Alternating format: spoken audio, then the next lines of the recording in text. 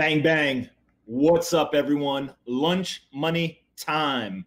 While Wall Street's trying to get rich, the rest of us just trying to get our lunch money right. I'm here with the beautiful and intelligent Polina Marinova. She's got a cheese shirt on today. It looks like you went through a cheese grater with this shirt. Not cheese, it's springy or summery. What? It looks pretty polka dotty to me. But lunch money, get money, get paid. Now sponsored by BlockFi. Go check it out. Go in the description, click on the link. You can use their interest-bearing product to earn up to 8.6% interest. Literally, you go and you put money in your regular bank account, they pay you next to nothing, like 0.05% if you're lucky, and they rehypothecate it out and lend it, and they make all the money, and you don't. The bank gets rich, and you don't. Well, Wall Street's trying to get rich. The rest of us are trying to get lunch money right.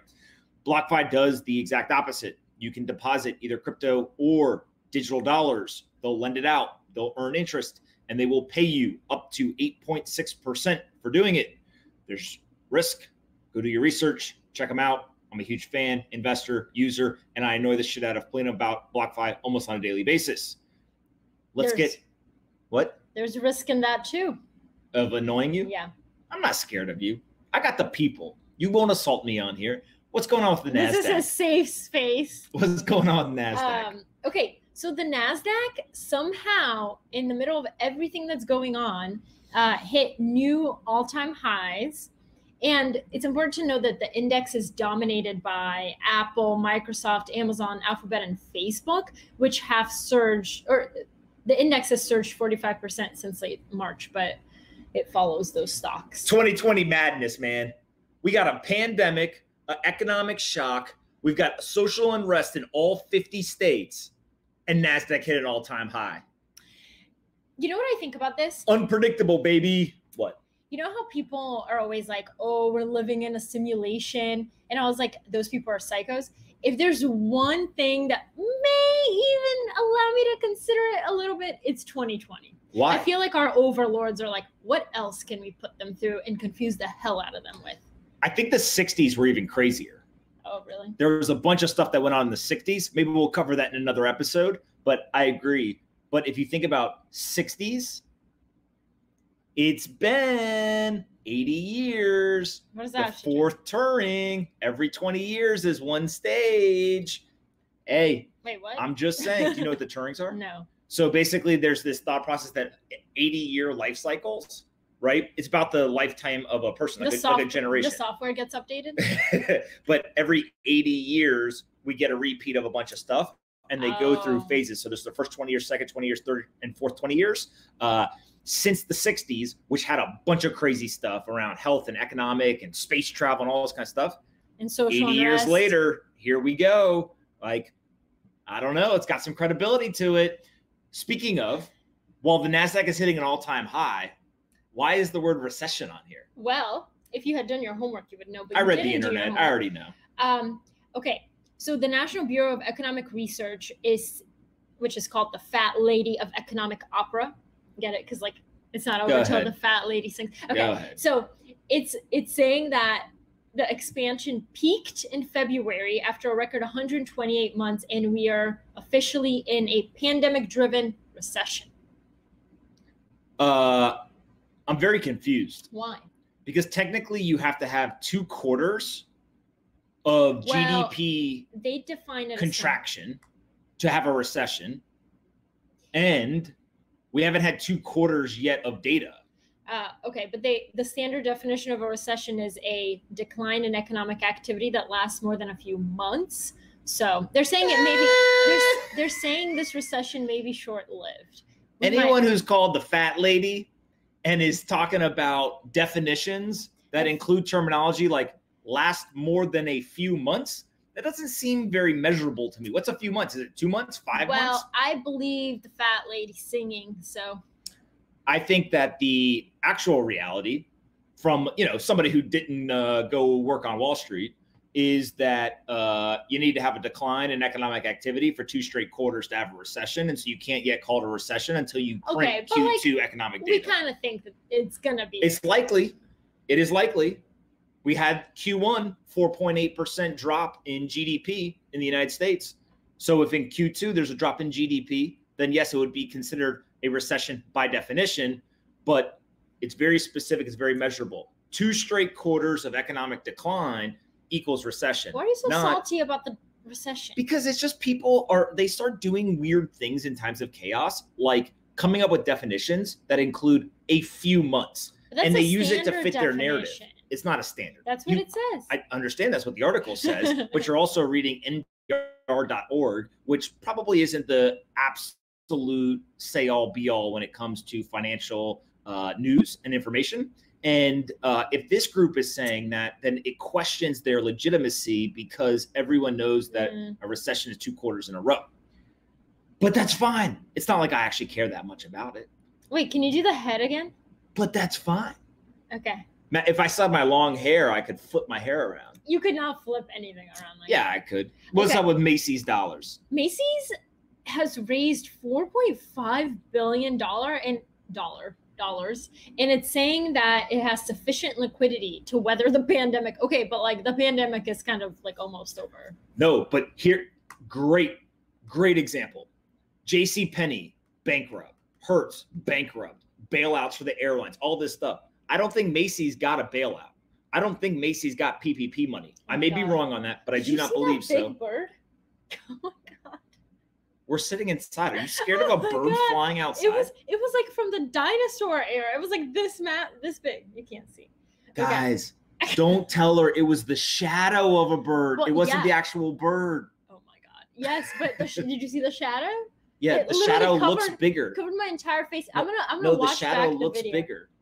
Okay. The shadow looks bigger than the actual bird. I don't know. It was massive. Have you ever seen where they put the light on the wall and they go like this? You know, they're going like this, and then it looks like a huge dinosaur on the wall. That's basically what just happened. I've never seen a bird shadow that big. Going back to Macy's, they didn't, as far as I understand, they did not take any sort of bailout money. They didn't take any PPP money. What they did is they went to the debt and equity markets. They literally went to investors and said, hey, we need to shore up our balance sheet so that we can weather all of this economic shock. And that's what they did. The system worked. They ended up raising $3.15 billion in asset-backed credit and $1.3 billion in bond offering. Is it bond offering or bonds? Both. Okay. So I don't understand why everyone else couldn't have gone and done this. Why did they go and scream and yell to the Federal Reserve and the government to bail them out? I don't know. Let the free market run, man. We're a free market society, supposedly. All the capitalists turned into socialists. Let's go back to capitalism. Capitalism wins. It's awesome. I love it. Macy's, good for you. New Zealand, what's up? All right, but there's lots of birds and dinosaurs in New Zealand. Yeah, after this, I really want to discuss that bird. That was ridiculous.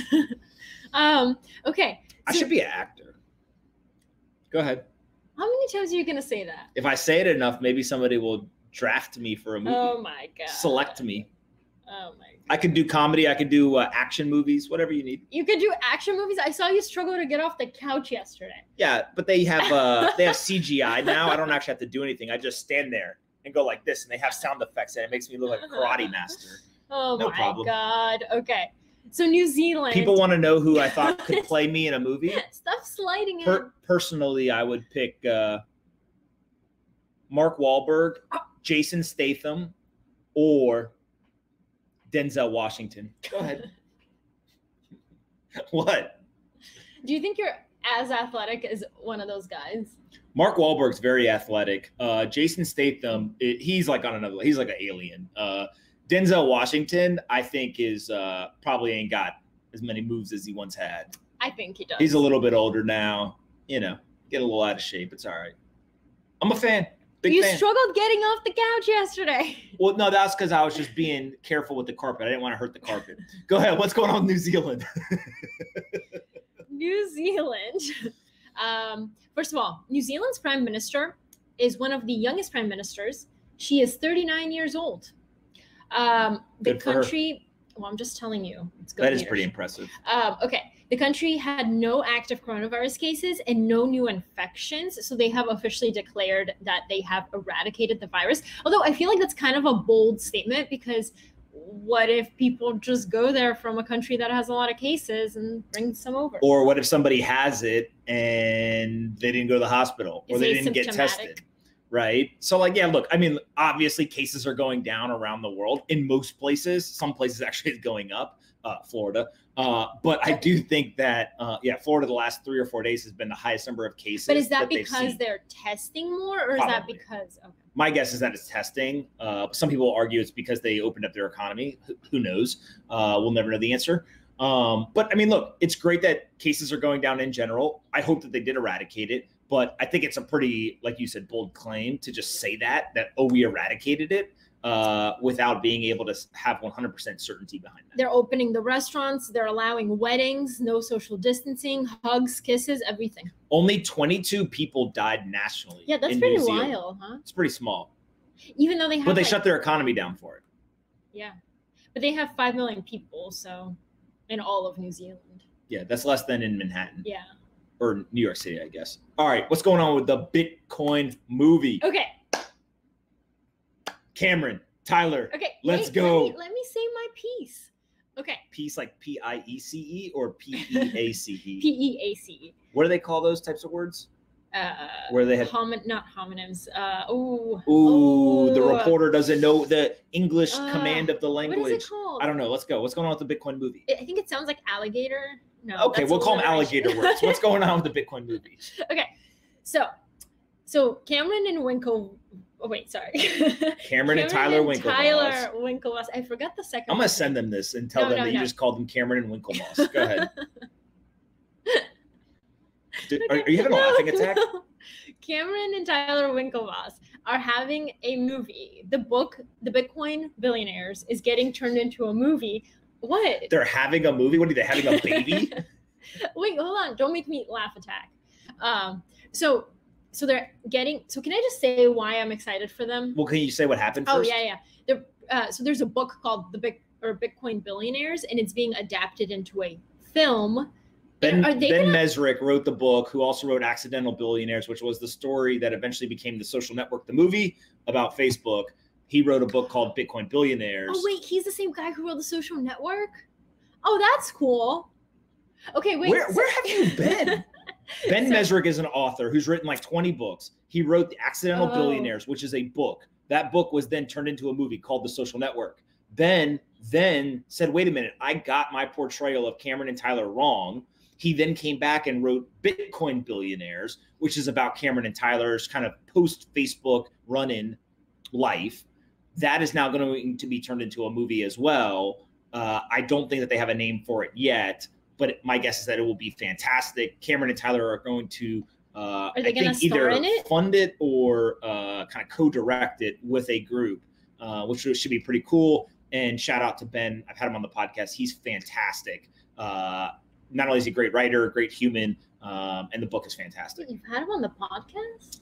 She just doesn't pay attention. That's amazing. I'm going to go listen to that episode. But this is what I want to say about the Bitcoin movie. I'm really excited about Cameron and Tyler Winklevoss because I feel like they were kind of portrayed not great in The Social Network, and also like kind of what happened with Facebook. And now they get their time in the spotlight. Cameron and Tyler are going to, at the end of all of this, go down as some of the best investors in the world. That's my prediction. Wow. In 2012, I think it was, or 2011, they bought 1% of the Bitcoin network at the time, 210,000 Bitcoin. So do the math. They got a lot of Bitcoin. They also have a very substantial and material holding of Ether, the token for Ethereum. They recently kind of came out and said that. And then they also have the Gemini exchange, which is incredibly valuable as well. And so I think that when this is all said and done, if Bitcoin ends up doing what we think it will do, those two guys in particular history will be very, very kind. Do you think that what happened with Facebook and Zuckerberg fueled all of this for them? Do you think it motivated them? All I will say is you can get lucky once. You don't get lucky twice. You don't. So they're smart. You're yeah. They're incredibly intelligent. You just aren't around multiple inflection points in technology, business, human history by accident. Yeah. Like they get it. Every time I've talked to them, incredibly impressive. And I feel like they have a very, very long-term view. They have a very deep conviction, and good for them. Like I can't wait for the movie to come out. Yeah, hey guys, if you need somebody to play a troll on Twitter, just call me. No problem. It's fine. I'll even, you know, license you gotta stop sliding in my like face that. for free. Go ahead. Influencers, what's up? Okay, ready? So This is like a little move here. I got student athletes will soon be social media influencers, and one college program is helping them do it. So get this. So 600 University of Nebraska student athletes. Yes, okay, hold on. Unlike other student athletes in the country, from the senior starting point guard to the redshirt javelin thrower, they each will have an entire team dedicated to helping them build and maximize their personal brands at the University of Nebraska. So basically, this is all because the NCAA does not pay them. Yeah, they're complete cowards. The NCAA refuses to pay the athletes. So instead, they've now kind of compromised and said, hey, we won't pay you, but you can go and monetize your likeness and your image. So you can use your name to sell things, build social media followings, do advertising, all of that kind of stuff. Oh my God, what are we, CGIs? Okay. And then I think that what universities are going to do is say, cool, if you're going to allow our athletes to monetize that way, one of the ways that we can help recruit them here is say, hey, we have all this infrastructure to help you become famous and monetize your likeness and image. It's basically a way of telling them, like, we'll pay you more money. We're not going to pay the money. We're going to help you get paid, get money, get paid. Or alternatively, they could just pay them.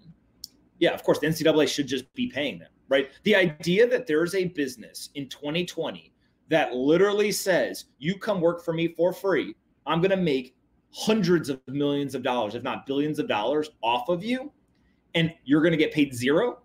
Absurd. And okay. I get it. People say, oh, they get a scholarship, they get whatever, right? Like, look, at the end of the day, they're creating way more economic value than the education.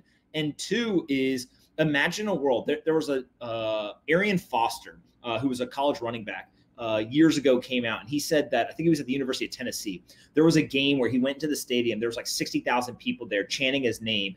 He had a monster game. They won the game. University made millions of dollars that day. And he went home and he looked in his refrigerator and he had no food.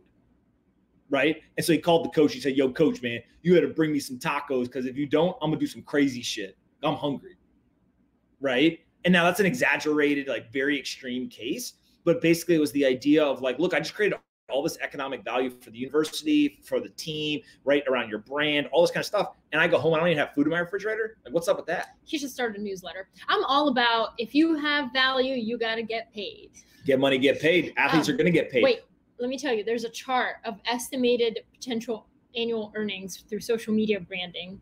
And Adrian Martinez, who is a football player, and he has all these followers, he could make $153,000 a year. But then there's Trinity Gomez, who's on the rifle team, and they'd be making $168 a year. This is a wild idea, but I actually think monetizing their social media is the worst way for them to do this. It's going to be the easiest for them to do because it's so, hey, just create a following online, and then we can help you, like, sell ads. But I actually think what they should do is the really, really big stars should actually build companies or build products. Same thing like people outside of sports should be doing. Yeah.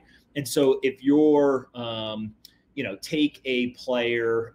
So if you're, I don't know, a basketball player at Duke, right? You're the best player in the country. You should literally go to Nike and say, hey, why don't I license you my name and let's put it on a shoe and then we'll sell it. Like, if you're the top, 1% of the 1%. Yeah, but the universities are going to want to cut. No, that's the whole thing. Is the NCAA has said that the player gets the money. Oh. Right. So now all of a sudden you're going to start getting in this game of, like, it's kind of like professional sports. A lot of professional athletes actually make more money from sponsorships than they do from their actual contracts. And if people get super sophisticated about this, like, this could be a massive industry. Maybe I should put my name on a shoe. First, you should become athletic, and then you can do that. All right, guys, that's it today for Lunch Money. While Wall Street's trying to get rich, the rest of us just trying to get our lunch money right. I could be an action hero. We'll talk to you guys tomorrow. Bang, bang. Hope you guys enjoyed this episode of Lunch Money as much as we did. And don't forget, Lunch Money is now sponsored by BlockFi, so go check them out. There's a link in the description that you can click on. I'm an investor, a user, and a huge fan. What? You're a bigger fan of BlockFi than you are of me? BlockFi is my second favorite thing in the world behind Polina. They've got 3 products.